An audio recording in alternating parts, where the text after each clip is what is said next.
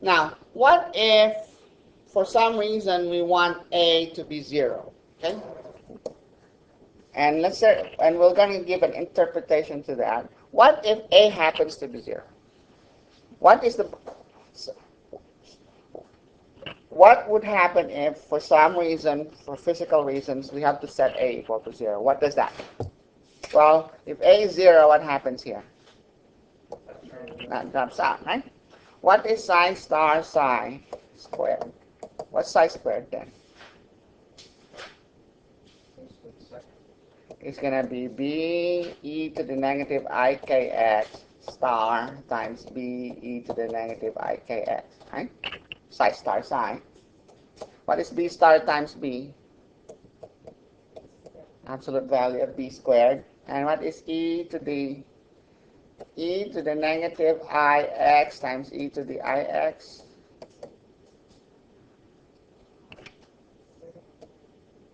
That's just e to the 0, right? So psi squared is just going to be absolute value of b squared. What does that mean? Equally probable, finding it everywhere. It has no preference. You'll have absolutely no idea where the particle is going to be. Okay? Note that, like I said, psi,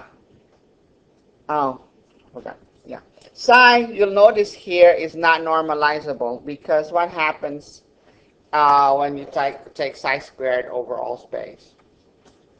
Integral of b squared e to the 0 dx from negative infinity to infinity. What is that? Absolute value of b squared. What's integral of dx? It's just x, right? Evaluated from negative infinity to infinity. That's infinity minus negative infinity. Yeah. It's not normalizable. Okay? Your psi here is not normalizable. All you know is psi is uniform throughout. And that's because that's typically what happens when you have what's called an unbound system. Your free particle has no boundaries. And strictly speaking, when you have, there's really no such thing. Everything in nature has a boundary somehow, right? So this is really an idealization. So you don't see your psi here being normalizable unless you decide that I want it confined to this region in space. Okay, so if there's no restriction on where the particle can be, you have what's called an unbound system. So this is one exception where you cannot normalize your function. Okay, but one thing you'll notice about this is that linear momentum is well defined. How do you determine the linear momentum? How do you determine if this is a well-defined linear momentum? Then psi must be an eigenfunction of linear momentum operator. What's your momentum operator? H bar over I derivative with respect to x, right? So let's apply p hat on psi. What do you get? H bar over I d by dx. And what was I psi? It's just b e to the negative ikx, right? And what does that give you? H bar over I times b. What's derivative of e to the negative ikx? Negative ik times e to the negative ikx. And this one, that's just psi, right?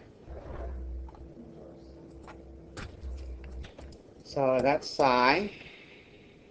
And I and negative I cancels out. So that's negative h bar k h psi. So p hat psi gives you back a constant times psi. So what is this? That's a constant. So that's an eigenvalue, right? So we say psi in this case is an eigenfunction of the linear momentum operator. It has a well-defined momentum. What's the momentum? The momentum is negative h bar k. What does negative h bar k now? You know k is a positive number, right? So the momentum is negative. That means we're talking about a particle that's moving to the negative direction. Or if you say the left is the negative direction, the right is positive direction, we're talking about a particle that's moving to the left. Okay, well defined. So this particular wave function, just this part, describes a particle that's moving to the left. Very well, and with the magnitude of the angle of the linear momentum equal to h bar k, and it's negative because it's moving to the left. Very well defined. You know exactly what the linear momentum is, but what's the consequence of knowing exactly what the linear momentum is? You have no idea where it is. Okay? So here's your momentum, negative h bar k. Remember, h bar is h over 2 pi. Now let's try to relate this to energy. Remember what did we say energy was? It's just h bar k squared over 2m. And that's just equal to p squared over 2m in this case, right? H bar k squared is the same thing as negative h bar k squared, right? So your energy is also well defined, right? It's equal to h bar k squared over 2m, which is p squared over 2m. This is formula from classical mechanics, right? Kinetic. The only energy the particle has is kinetic energy, 1/2 mv squared. It's the same thing as p squared over 2m. All right, so energy is well defined. Momentum is well defined. You have no idea where the particle is. All right. What if b is 0?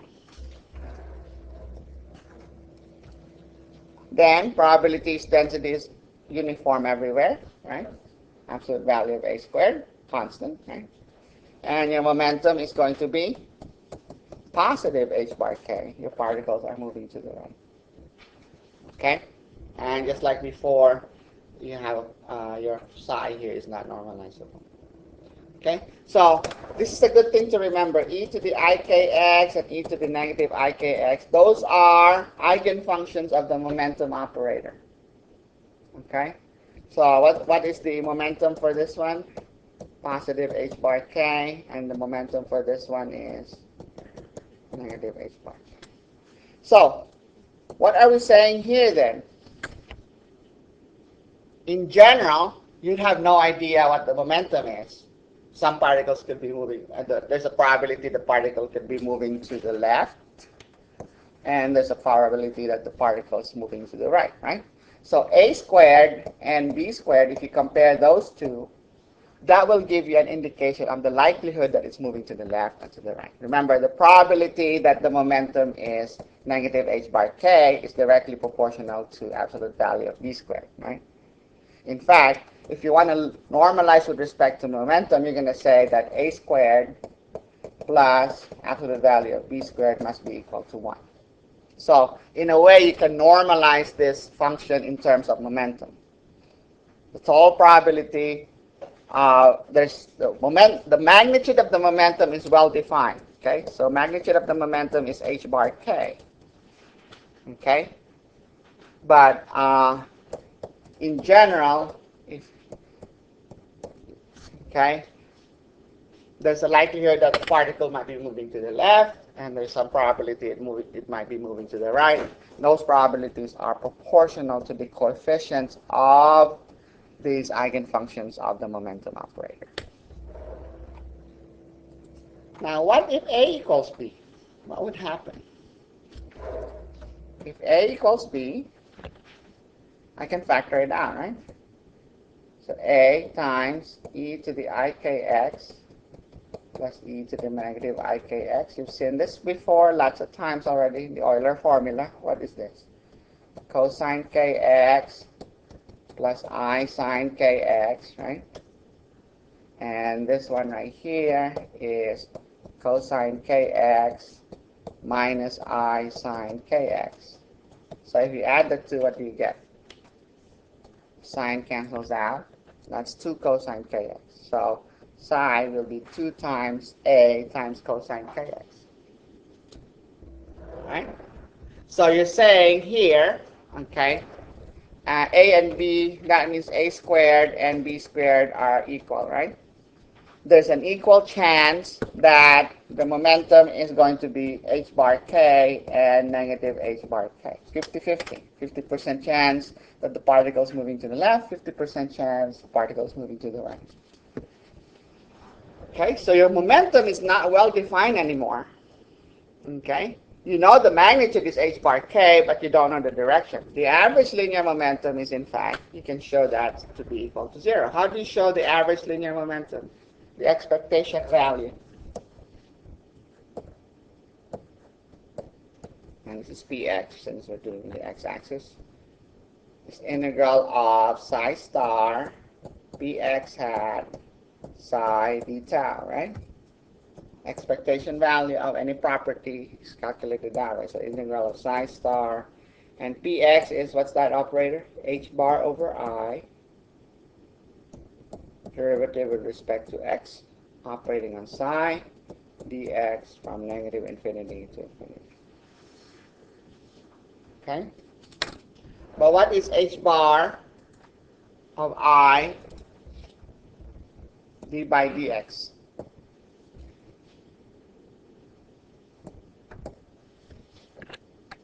What's the derivative? What is psi? Cosine, right? Cosine. Okay. Psi star is cosine kx, 2a, right? Star times h bar over I. What's the derivative of 2a cosine kx? Negative 2a k sine kx dx from negative infinity to infinity. Factor out all the constants you have. Right, what do you have? Negative 4 absolute value of a squared k h bar over I, right? Factoring out all the constants. Cosine kx star, and cosine kx will just be star and kx. Cosine of a real number is also a real number, so I don't have to put a star, right? So cosine kx, sine kx, dx from negative infinity to infinity. What is this? This is an odd function between symmetric limits. This is just going to be 0, right? Right? If this is an even function times an odd function, this whole thing is an odd function. Right? Integral of an odd function over symmetric limits is just equal to 0. Okay, let me see if I can show you that visually.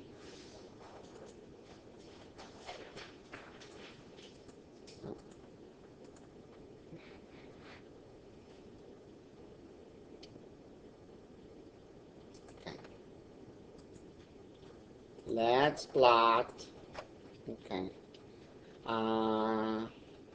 sine x. Let's just do sine x and cosine x, right? So cosine x times sine x.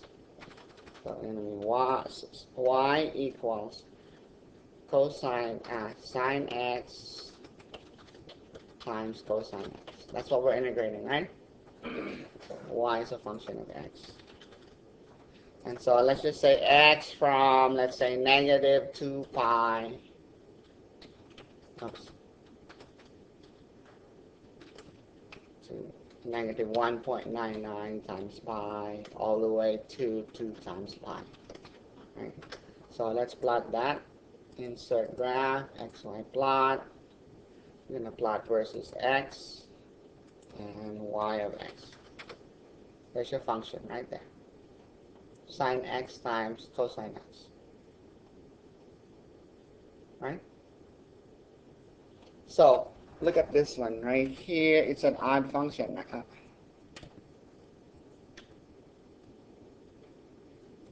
It's an odd function, right? So if I have a number here, go to the origin, go to the other side. So this area cancels this area, I'm sorry.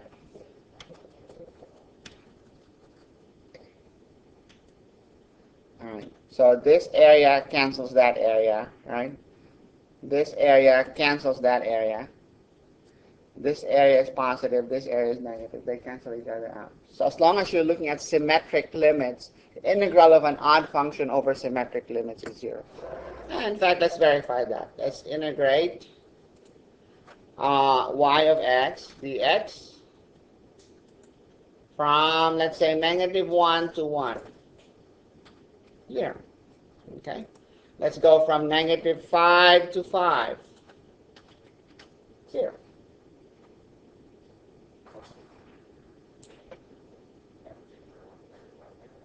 Yeah, you want to do it analytically? Sure.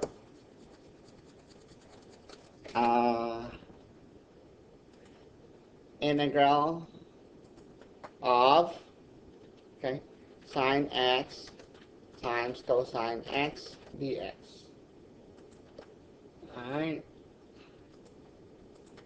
It's 1/2 of sine x squared.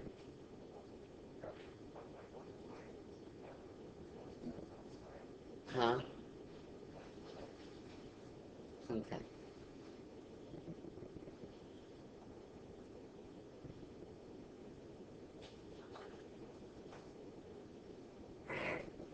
And so you have a value of that at one end and a value of that on the other end. Sine of x is equal to sine of -x, right? If you square those two values and you subtract, you get 0. So when you integrate an odd function over symmetric limits, then you get 0. All right, so going back, if this is 0, then what we're saying then, your average linear momentum is 0. Why is that? Well, what's the probability that P is equal to h bar k? It's going to be what?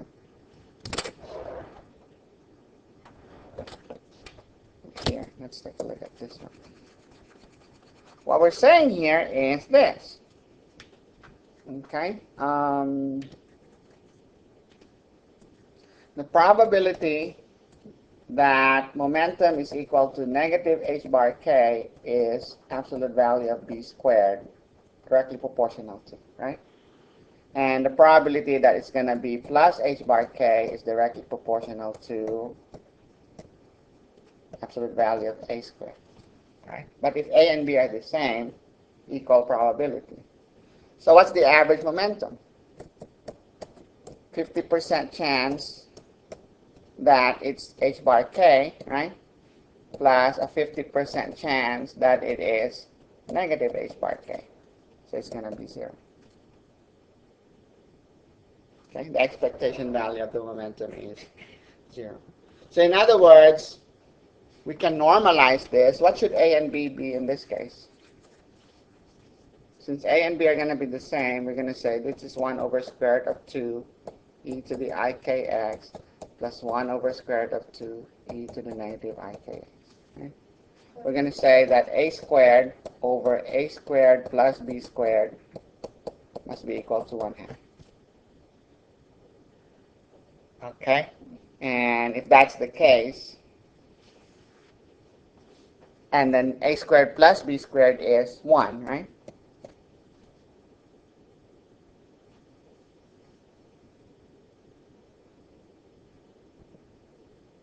So a squared itself is 1 over square root of 2. So if you square this, you get 1/2. And you square this, you get 50/50. Now, this could be minus. Doesn't have to be plus.